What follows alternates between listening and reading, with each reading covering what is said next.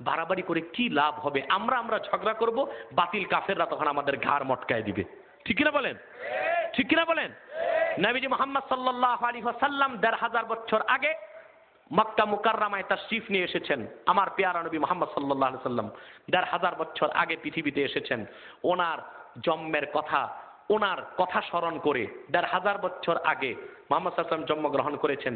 সেই কথা মনে হলে কেউ যদি আল্লাহ শুকরিয়া আদায় করার জন্য কোরআন সুন্নাহ মোতাবেক কোন নেক কাজ করে, সেটাই ঈদে মিলাদুন নবী, সেটা হাদিসের খেলাফ কোন আমল না। সহিহ হাদিস আর ব্যাখ্যাটা করেছেন সুয়ুতি রাহমাতুল্লাহ নিজে। কথা বুঝতে পেরেছেন? অতএব সুন্নত তরিকায়, জায়েজ তরিকায় যেখানে ঈদে মিলাদুন নবী সাল্লাল্লাহু আলাইহি ওয়াসাল্লাম পালন করা হয়, সেটা সওয়াবের কাজ, পুণ্যের কাজ, ইবাদত, তাতে কোনো সন্দেহ নাই। ফতুয়া উল্টাপাল্টা দিলে ঈমান নষ্ট হয়ে যাবে। আচ্ছা, কিয়াম নিয়ে অনেকে বাড়াবাড়ি করে। মনে রাখবেন, মিলাদ শরীফের কিয়াম ফরজ, ওয়াজিব না। আবার এটা হারাম, শিরক, কুফর না, এটা মুস্তাহাব। এটা কি? মুস্তাহাব মানে করলে সওয়াব আছে, ছাড়লে কেউ কাফের বেঈমান হবে না। কিন্তু কেউ যদি হারাম বলে, তার ঈমান নষ্ট হয়ে যাবে। কথাটা বুঝেন নাই? কিয়াম নিয়ে কোন যুগে এত বাড়াবাড়ি ছিল না, বর্তমানে যে বাড়াবাড়ি হচ্ছে। সমস্ত দেওবন্দি আলেমদের সের তাজ ইমদাদুল্লাহ মুহাজির মক্কি রাহমাতুল্লাহ সারা জীবন মিলাদ কিয়াম করেছেন। তিনি নিজে নিজের বইতে লিখেছেন, মশরফ ফকির কা ইয়ে হ্যায় कि हर साल मैं अपनी घर मिलाद शरीफ मुनअकिद करता हूँ और कियाम में लुत्फ व लज्जत पाता हूँ। ইমদাদুল্লাহ মুহাজির মক্কি রাহমাতুল্লাহ তার কিতাবে লিখছেন যে আমি ইমদাদুল্লাহ মুহাজির মক্কি প্রতি বছর নিজের বাড়িতে রবিউল আউয়াল মাসে মিলাদ শরীফের আয়োজন করি এবং যখন মিলাদে কিয়াম করি তো বড় স্বাদ পাই। ইমদাদুল্লাহ মুহাজির মক্কি রাহমাতুল্লাহ মিলাদ কিয়াম করতেন, আর ওনার 3 মুরিদ মিলাদ কিয়াম করতেন না। কিন্তু পীর সাহেব কোনোদিন বলেন নাই যে আমার মুরিদরা ওহাবি কাফের হয়ে গেছে, আর মুরিদরাও কোনোদিন বলতেন না যে পীর সাহেব বেদাতি হয়ে গেছে। কথা বুঝছেন না? মুরিদরা কোনোদিন বলতেন না পীর সাহেব বেদাতি হয়ে গেছে, আর পীর সাহেব কোনোদিন বলতেন না যে মুরিদরা ওহাবি কাফের হয়ে গেছে। তো কোনো বাড়াবাড়ি ছিল? পীর সাহেব করতেন আর মুরিদরা করতেন না, ভাবতেন মুস্তাহাব ছাড়লে তো গুনাহ নাই, এই জন্য করতেন না। মিলাদ শরীফের কিয়াম মুস্তাহাব, মুস্তাহসান, সওয়াবের কাজ, পুণ্যের কাজ।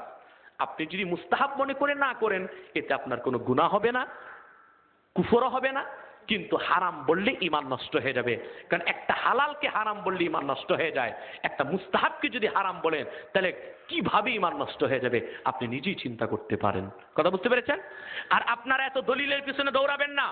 আপনাদের মাওলানা ইনায়েতুল্লাহ মাযহারি বলে গেছেন, যথেষ্ট কথা বলেছেন। আপনাদের জন্য একটা জিনিস, আপনাদের বাপ দাদা পূর্বপুরুষ ইসলাম পেয়েছে যাদের কাছ থেকে, তারা আপনাদেরকে বেদাত শিখায় নাই। ঠিক কিনা বলেন? আজকে ঘরে ঘরে গলিতে গলিতে পীর সাহেবের অভাব নাই, কিন্তু এটা অস্বীকার করতে পারবেন না, সকল পীরের আগে এই দেশে ইসলামের দাওয়াত দিয়েছেন কারামত আলী জনপুরি রহমতুল্লাহ।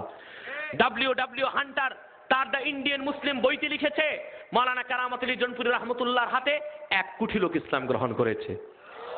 আর মাওলানা শেখ আবুল হাসান নদভী রহমতুল্লাহর মতে তারিখে দাওয়াত ও আজিমাতে তিনি লিখেছেন যে কারামত আলী জনপুরি রহমতুল্লাহর হাতে 3 কোটি লোক ইসলাম গ্রহণ করেছেন। আপনারা আপনাদের পূর্বপুরুষের ইতিহাস খুলে দেখেন, রাগ করবেন না। আপনাদের পূর্বপুরুষের নামের আগে শ্রী ছিল, শ্রী। দাদা পটদাদার নাম খুলে দেখেন, নামের আগে শ্রী ছিল। দাদা পটদাদাদেরকে শ্রী থেকে মুক্ত করে রহমান নাম দিয়ে, তারপর রহিম নাম দিয়ে যিনি সাজিয়েছেন, ধুতি পৈতা লেংটি খুলে যিনি লুঙ্গি পরায়া কালেমার দাওয়াত দিয়ে মুসলমান করে দিয়েছেন, সেই কারামত আলী জনপুরি রহমতুল্লাহ বেদাত শিখান নাই। তিনি মিলাদ শরীফ পড়তেন, কিয়াম করতেন।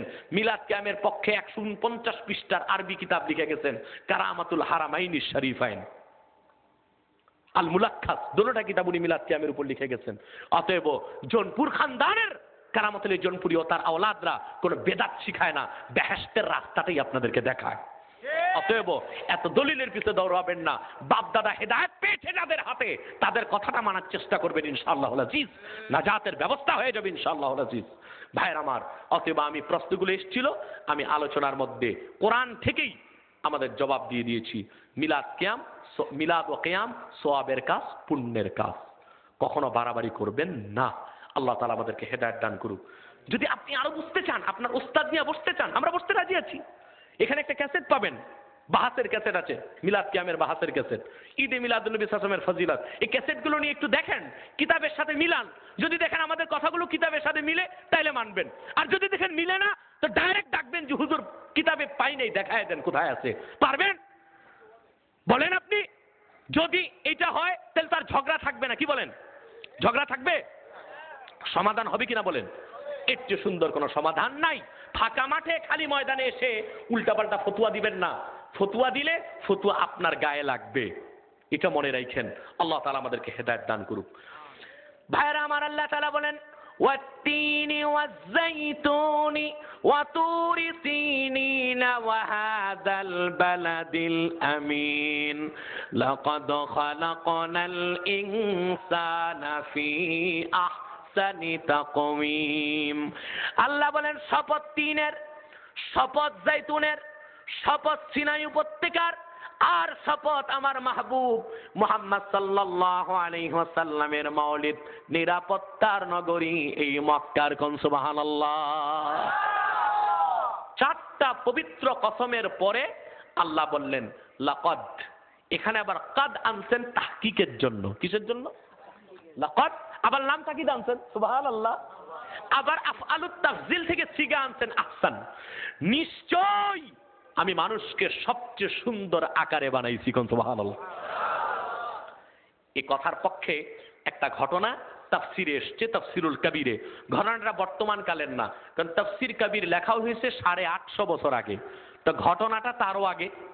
ইমাম ফখরুদ্দিন রাজি নকল করেছেন যে আরবের এক শাসক বাগদাদে একদিন তার স্ত্রী নিয়া পূর্ণিমার রাতে হাঁটতেছেন।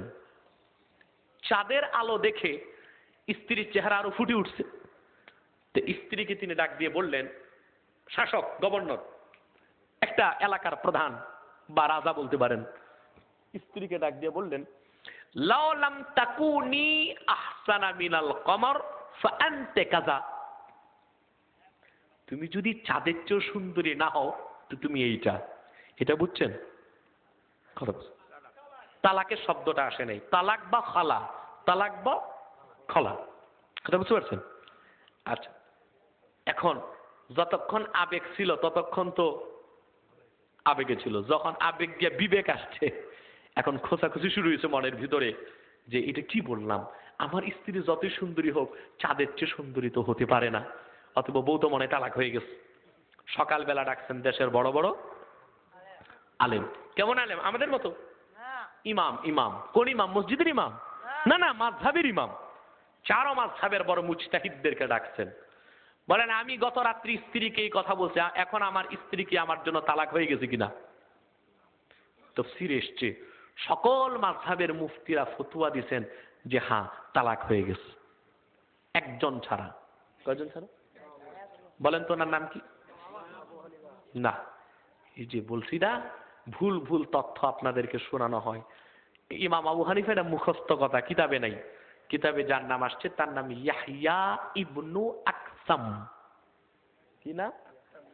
ইয়াহইয়া ইবনু আকসাম।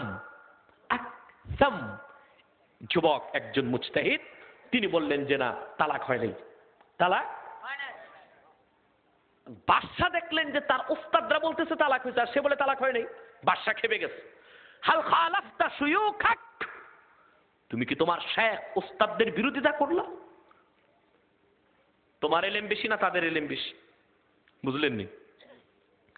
ইয়াহইয়া ইবনে আকসাম শুধু এতটুকু বললেন, قد أفتى من هو أعلم منا هو الله। আমার ফতোয়ার পক্ষে যিনি ফতোয়া দিয়েছেন তার চেয়ে বেশি ইলম কারো নাই, তিনি হচ্ছেন আল্লাহ। আর সবাই বললেন দলিল কি? তখন তিনি সূরা 3 পড়তে লাগলেন, ওয়াত্তিনি ওয়াজ্জাইতুনি ওয়াতুরি সিনিনা ওয়াহাযাল বালাদিল আমিন লাকাদ খালাকনাল ইনসানা ফি আহসানি তাকওয়িম। আল্লাহ তাআলা চারটা কসম করলেন, শপথ তিনের, শপথ জাইতুনের, শপথ সিনাই উপত্যকার, আর শপথ আমার মাহবুব, আমার দোস্ত মুহাম্মদ সাল্লাল্লাহু আলাইহি ওয়াসাল্লামের মাওলিদ নিরাপত্তার নগরী মক্কার নিশ্চয়ই মানুষকে তৈরি করেছি আমি সবচেয়ে সুন্দর আকারে। কোন সুবহানাল্লাহ।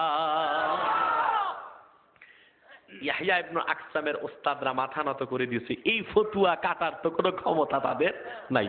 সুবহানাল্লাহ, সুবহান।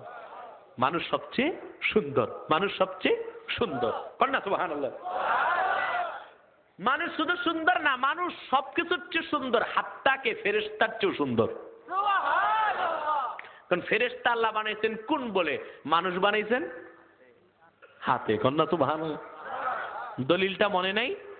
বুখারী শরীফে এসেছে 2য় খণ্ডে, আনতা আবুন নাস ওয়া খালাকাকাল্লাহু বিয়াদিহি। আদম তুমি আমাদের বাপ, আর আল্লাহ তোমারে বানাইছেন নিজের হাতে। তা আল্লাহ যেটা বানাইছেন এর চেয়ে সুন্দর কিছু হবে? দেখেন না আল্লাহ কত সুন্দর করে বানাইছেন, নাকের জায়গায় নাক, চোখের জায়গায় চোখ, দাঁতের জায়গায় দাঁত, ঠিক কিনা? আচ্ছা, জিনিসগুলো কত সুন্দর সেটিং দেখেন তো, গোস্তগুলো কেমনে ফিট করছে। সুবহানাল্লাহ। আপনার গাদিতে সোফা সেট লাগাই দিয়েছেন, একেবারে স্পেশাল। সব জায়গায় বসার সোফা সেট পাবেন না, চেয়ার পাবেন না, বসার মতো রেডিমেড সোফা লাগানো আছে। কিন্তু গাদির গোস্ত যদি গালি দিত, কথা কেন কেমন দেখা যেত? সবাই ডক্টর কামালের মতো দেখা যেত, ঠিক কিনা? না ওই রকম করেন নাই, গালে যদ্দুর দরকার তদ্দুর দিছে। নাকটা নরম হাড্ডি দিয়া বানাইছেন, কারণ হাটে বাজারে যাইবেন, ঢুস খাইলে তো নাক ভেঙে যাবে শক্ত থাকলে, এটার একেবারে নরম টরম করে দিচ্ছেন, ঠিক কিনা? আর কানটা একেবারেই নরম। যদি কান বিস্কুটের মতো শক্ত হইতো, ডান কাত বাম কাত হলে মট করে ভেঙে যেত। আর আপনাদের দেশে প্রাইমারি স্কুলে যেই পরিমাণ ছাত্রদের নাক কান টানে স্যারেরা, দেখা যেত হাই স্কুলে যাওয়ার আগে অর্ধেক ছাত্রের নাক কান নাই, ঠিক কিনা? আল্লাহ তাআলা আহসান সবচেয়ে সুন্দর সুরতে গঠন করেছেন। মানুষ সবচেয়ে সুন্দর 2টা হিকমতে কারণে। কয়টা কারণ? একটা হচ্ছে আল্লাহ নিজের হাতে বানাইছেন, দ্বিতীয় কারণ হচ্ছে আল্লাহ মানুষকে বানানোর আগে বিশেষ পরিকল্পনা করেছেন, যেটা বুখারী শরীফে এসেছে, মুসলিম শরীফে এসেছে। বুখারী মুসলিম থেকে মুত্তাফাকুন আলাই হাদিসটা মিশকাত শরীফ কিতাবুল আদাবের মধ্যে আনা হয়েছে। আল্লাহর হাবিবের ইরশাদ করেছেন, খালাকাল্লাহু আদামা আলা সূরাতিহি। আল্লাহ তাআলা আদমকে তৈরি করেছেন তার সূরতে। কোন সুবহানাল্লাহ। মুহাদ্দিসগণ বলেন, খালাকাল্লাহু আদামা আলা সূরাতিহি, হায়ের মারজা আল্লাহ, অর্থাৎ আল্লাহ আল্লাহর সূরতে মানুষ বানিয়েছেন। কিন্তু এই কথা বলা যাবে না, মানুষের যে সূরত আল্লাহর সেই সূরত, তাহলে শিরক হবে। কি হবে? কিন্তু সূরাতি হায়ের মারজা আল্লাহ, কিন্তু অর্থ হচ্ছে সূরত মানে পরিকল্পনা। সূরত মানে কি? মানে আল্লাহ আদম সৃষ্টির আগে পরিকল্পনা করছেন যে আমার খলিফাটারে কেমন বানাবো, তার নাক কেমন হবে, চোখ কেমন হবে, কান কেমন হবে, দাঁত কেমন হবে, এই পরিকল্পনা করছেন। তারপরে তিনি মানুষটাকে গঠন করছেন। যেমন আমি একটা উদাহরণ দিচ্ছি আপনাদেরকে। একজন এখানে একটা দোতলা বিল্ডিং হবে। কি হবে? বিল্ডিং হবে। বিল্ডিংটা করার আগে আপনাকে কি রাজমিস্ত্রির ওস্তাগার এনে ইটা বলে জয়েন দিলে বিল্ডিং হয়ে যাবে? এখানে সয়েল টেস্ট করতে হবে। কি করতে হবে? সয়েল টেস্ট করতে হবে। সয়েল টেস্টের পর আপনাকে পাইলিং করতে হবে। করতে হবে না? পাইলিং, কথা কয় না, পাইলিং করতে হবে। পাইলিং করার পর আপনাকে একজন অভিজ্ঞ আর্কিটেক্ট আপনাকে এটা নকশা করে দিবে। কি করে দিবে? নকশা করার পর ইঞ্জিনিয়ার প্ল্যান প্রোগ্রাম রেডি করবে। প্ল্যান পাস হওয়ার পর আপনি কাজ ধরবেন, ঠিক কিনা? এই যে বিল্ডিং এ কাজ ধরার আগে যত কিছু করলেন ওইটা পরিকল্পনা। ওইটা কি? পরিকল্পনা। আল্লাহ আদমকে বানানোর আগে পরিকল্পনা করছেন, তার নাক কই হবে, তার চোখ কই হবে, তার দাঁত কই হবে, তার মাথাটা কেমন হবে, তার পেটটা কেমন হবে, তার পা কেমন হবে। সুবহানাল্লাহ। যদি পরিকল্পনায় না বানাতেন, তার নাক থাকতো এক জায়গায়, মুখ থাকতো আরেক জায়গায়। খাওয়ার সময় কি করতেন? খাদ্যটা নিয়ে পিছনে নিয়ে দেখতেন এটা ভালো জিনিস না খারাপ জিনিস, চোখে দেখতেন, বগল উঠায় নাকে নিয়ে গ্রান শুনতেন, তারপরে মুখে দিতেন। সমস্যা হয়ে যেত না? আপনারে 14 জায়গায় ঘুরতে হইতো, ঠিক কিনা বলেন?